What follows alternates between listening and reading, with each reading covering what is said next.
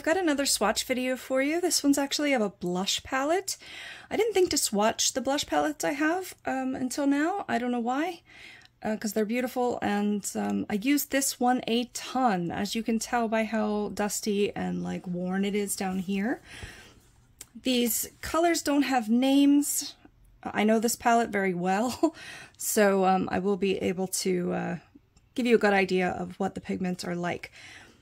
It's cruelty-free, vegan, etc. I will say these are extremely pigmented, so go with a light hand. Obviously they have a clear top instead of a mirror. Basically the farther you go to the left, the deeper the colors are. So let me show you what I mean. These two are more highlight colors, as you can probably tell by the shimmer on them. So, you know, obviously I'll be swatching it all as well. I'll start up here and move across, and then the bottom row. All right, so the first one is the most, I wanted to say orange, though it's not really coming off as that in the swatch. I hope these swatch well. It's kind of a neutral color. It really, for me, it's borderline bronzer color. So it's a warm, peachy pink. Let me go down the line and we'll kind of see how these compare. This is another peachy pink, but it is not quite as dark. The one after that is a straight up pink. It looks hot pink on here. Kind of blends out to, I don't know, they almost need to flip these colors around. Like the third pan on the top, I feel like should be on the bottom with the rest of the pinks.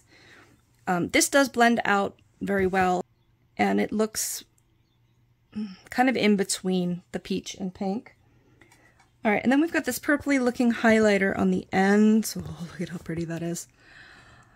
I find, honestly, the highlighters in here a little hard to work with. They're a little much and a little glittery. I mean, it looks metallic right now, but this highlight I definitely use more than the bottom highlight. I just find that it works better for me. It's almost purple, but it's very pretty. It's just, again, it's intense, so be careful when you use it. All right, and then the bottom row, very bright rosy pink. It's extremely pigmented. I only dip into these two pans that are all the way on the left, rarely, and you gotta go really light with it. The next one is basically the same, but just a little lighter. And see what I mean, where like this one kind of belongs in the category with those. Sorry about my nails, that's just the kind of person I am. Right, and then the third one in the bottom row, again, is more of a peach, so I feel like it goes with this. I use this if I want a subtle blush. I use, you know, this or this depending on how pigmented and deep I want to go. And then this last one, the highlight, honestly, it's a little harder to work with for me because it's so metallic and so bright, and it's also pink instead of like the regular gold or silvery highlight. It's very pretty. Any one of these would be gorgeous as an eyeshadow too, or to give depth to your eyeshadow. Make sure they're eye safe. I'd have to check on that, but gorgeous little blush palette. I bought this and the Vintage Lace Revolution one, not far apart from each other because I just liked the Revolution blush formula so well. So here's the Revolution. It's called Sugar and Spice palette, if I hadn't mentioned that. I'll swatch for you. Let me know if you've tried it, if you like this formula, if you've got tips on how to use that very pink highlight over there.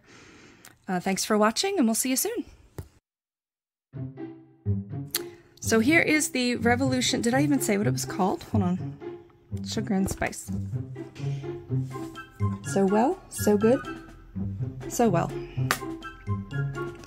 See what I mean about how like this one kind of belongs in those categories?